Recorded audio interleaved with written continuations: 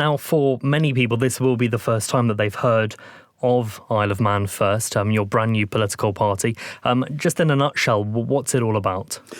Every decision in government, I think they should look at putting the Isle of Man first, whether it's something they personally agree with or not. It has to be the first thing for the island, for its residents, for its businesses, and for the people that live and work here. What was the moment that made you decide to launch the party? Was there a tipping point? Well, I've always been fairly vocal over COVID at lack of support for the bars and the restaurants on island, where we were forced to close down for a period of time without any real support. Our staff were supported, which was excellent, but the actual businesses themselves, and there's a lot of businesses out there still carrying legacy debt. So I follow these very, very closely, and obviously I'm very active within our own restaurant side and our licensed trade. And I look at the government as totally out of touch with the trials and tribulations. I know people, the catchword is, well, support hospitality, support hospitality, support hospitality. Hospitality doesn't need any support. What it does need is the government to stop taking so much from it. That way it can support itself. And looking more at the party, do you have candidates in mind already? What constituencies will you be standing in? Well, the goal is to field a candidate for every single constituency. That's the goal, to do what needs to be done. I think personally, and the sort of the common view is we need to have a majority in Tynwald, and that's obviously 12, 13 people. Because, being brutally honest with you, one person can't do anything. I think I said this with a previous interview. If you every 4 or 5 years I come champing at your door and say, I promised you this, that and the next thing, and you say, yeah, you did, Mitch, and that's the reason why I voted for you, but you've done nothing. You turn around and say as well, I'm so sorry, I'm one of 24. I couldn't get anyone else in behind me, so therefore I'm really sorry, but I've let you down. And you think, well, that's very true. Okay, I'll vote. And I've said this many times before. What's the definition of insanity? Simple. It's doing the same thing over and over and expecting a different result.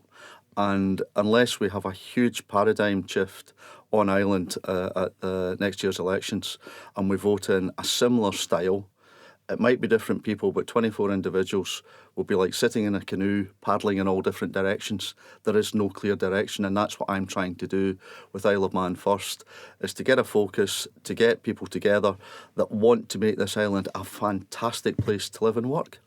And we'll turn to kind of political and party accountability. That's something which has been on many people's minds recently. What would it take for you to remove the whip from a sitting MHK that's part of Isle of Man First? Is that something you would be willing to do? I would say yes. There's a draft manifesto there. This is the first stab. This will evolve over the next few months with the common consensus of other people. It will evolve, but at the end of the day, the key to it is we have to have a laser focus to get things done. And if people want to step out with the laser focus, then they can no longer be part of the party. And I think it is clear. What I don't want to see is 24 people jumping on the bandwagon. And then once they've got in under the auspice of the party, is to decide, no, I really don't want to do this. I want to go on my own. I've got my own agenda here. That won't be allowed. Well, let's turn to some of the detail, because obviously promises are one thing, delivering is another. We'll start with tax allowance in your draft manifesto. The headline pledge is to raise the personal tax allowance to £20,000 in your first 100 days. Have you costed that? There has been costings done on what that would cost. And what have you got? There is an outline on there. I'm not going to go into too much detail at the moment, for the simple reason all the detail I go into at the moment will probably be nicked by one of the current MHKs to try and do something similar so that they can buy themselves back into power for another 5 years. So I don't really want to go into that in detail. All you need to know is it has been costed. It will work. Because I've costed it, and it comes out to about £50 million drop in government revenue straight away. Where are you anticipating plugging that gap? What you look at, if we're talking about government revenue, we've got a GDP on Ireland last year reported at 5.6 billion, but you get government costs of 500 million. I don't know any sustainable Western society that can take 10% of the GDP to run government. But looking further ahead, your ambition is £50,000 allowance. Correct. Which would be a loss of about 42,500 if it's accurate. And the reason where the 42,500 came from is that's the average earnings on Ireland. That again would bring a loss of about £250 million. Again, it's keeping it's efficiencies. It's looking at the efficiencies that can be created. It's maximising what we can do on Ireland. And really, there's a lot of things that are currently being done that can be changed, and there is significant savings can be made. Because you suggested that higher earners above £150,000 a year would pay more, but would you agree that's a very small slice of the population that do earn more than £150,000? Yeah, I think it's a small slice, but if the way things are going at the moment, you'll probably find that it won't be long before there'll be a lot more people earning that sort of money. But that wouldn't save £50 to £250 million worth of extra revenue. It won't, but again, it harps back to the original thing of the efficiency, the overall efficiencies that can be created. I don't have a crystal ball what's going to be happening in 5 years' time. This is a goal of that I would like to achieve. Certainly with, you look at the minimum or living wage that they're talking about at the moment, that's gone up some 30% in the last few years. Our actual allowances have gone up a couple of £100, pennies. And if this government or any subsequent government they're spouting off, they're trying to bring people out of poverty, they're trying to give. They're not. All they're doing is lining their own pockets, because for every pound that they can force onto a business, they're effectively getting 50 pence of that pound. So it has nothing at all to do, because what happens then is prices go up. Prices go up, they get more VAT as well, so they're getting 20% of this increased price as well.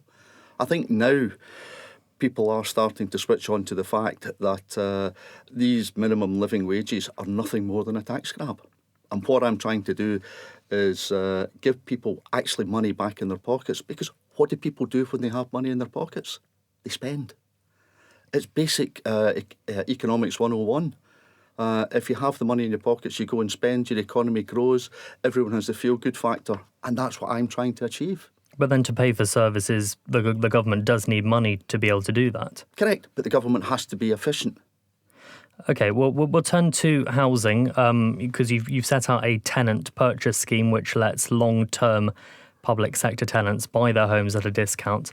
That gives government a one-off receipt but will remove rental income forever. Is that not just stripping assets without any lasting revenue stream? No, because what you're then going to do is you're going to ring-fence that money for the sold properties, and you're going to build new properties. You're going to build efficient properties, energy efficient. You're going to build new properties for new people to go in. One of the key problems Ireland has, and I see a lot of going away parties. I listen to a lot of people. I talk to probably 1,000 people a week in my business, and on that, what people are saying is they can no longer afford to live in Ireland. They don't have the roots down. They're renting a property, and they really want to be able to put roots down, but they don't want to rent, so they go back across the UK or they go wherever they want to go. And what I'm trying to do with that, and I think I saw a huge difference where I was brought up in Alexandria, just next to Loch Lomond. We had a council estate, 2 or 3 of them up in the hill, up at Bon Hill. And you would never dream of getting anywhere near that as a kid in your bicycle, because it would have been taken from you.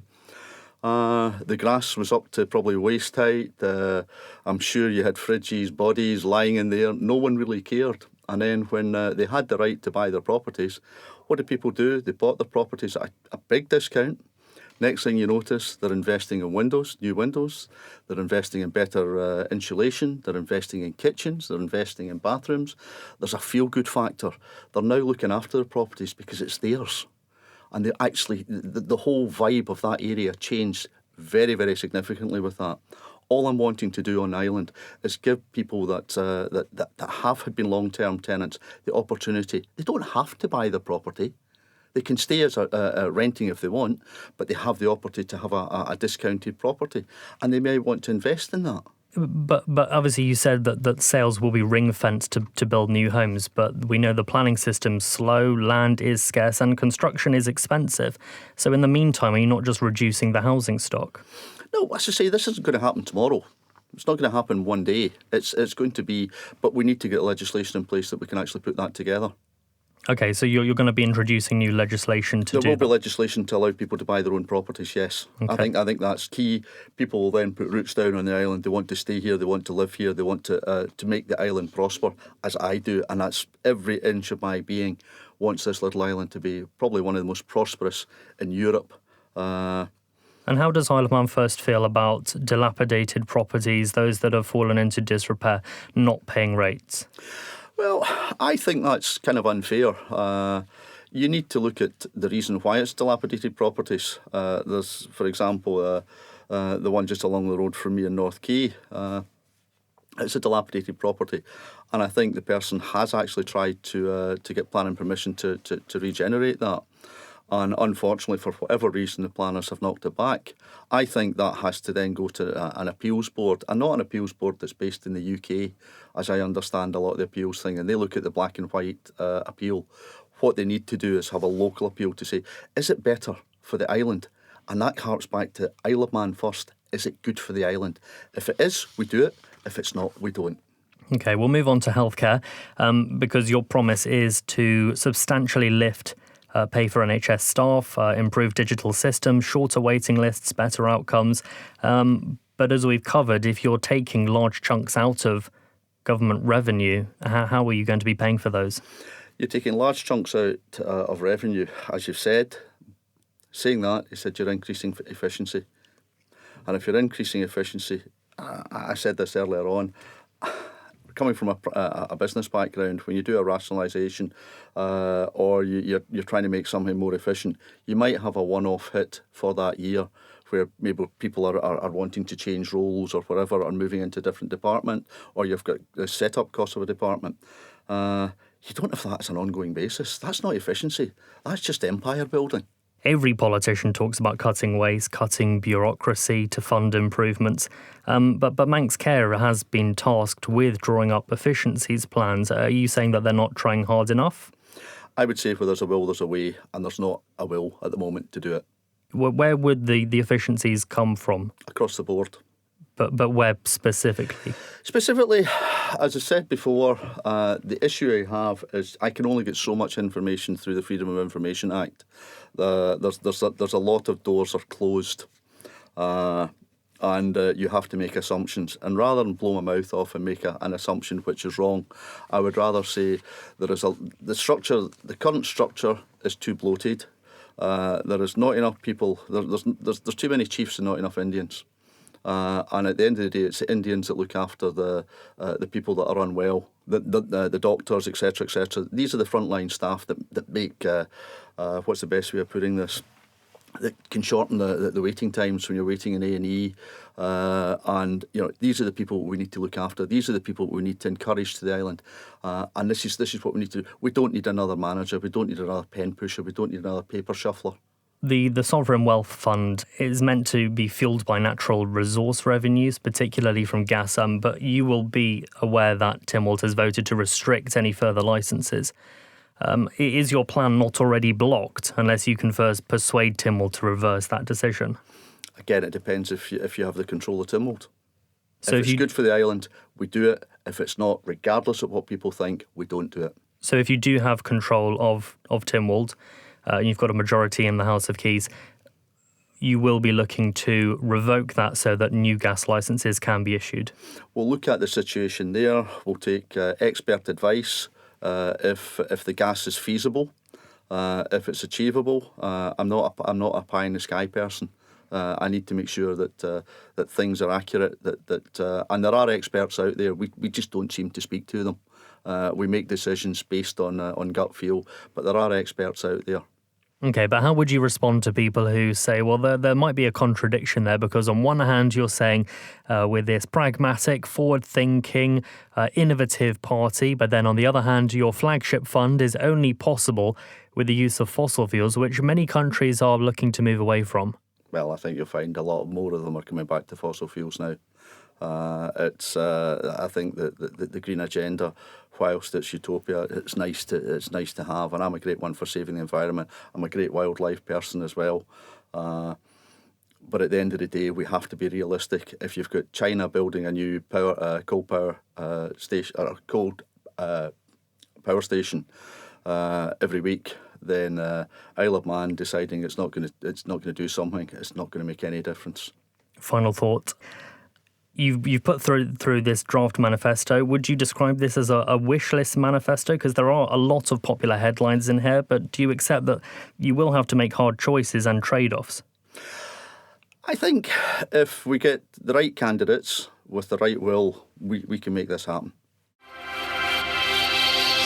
Thank you for making it to the end of the Manx Radio newscast. You are obviously someone with exquisite taste. May I politely suggest you might want to subscribe to this and a wide range of Manx Radio podcasts at your favourite podcast provider, so our best bits will magically appear on your smartphone. Thank you.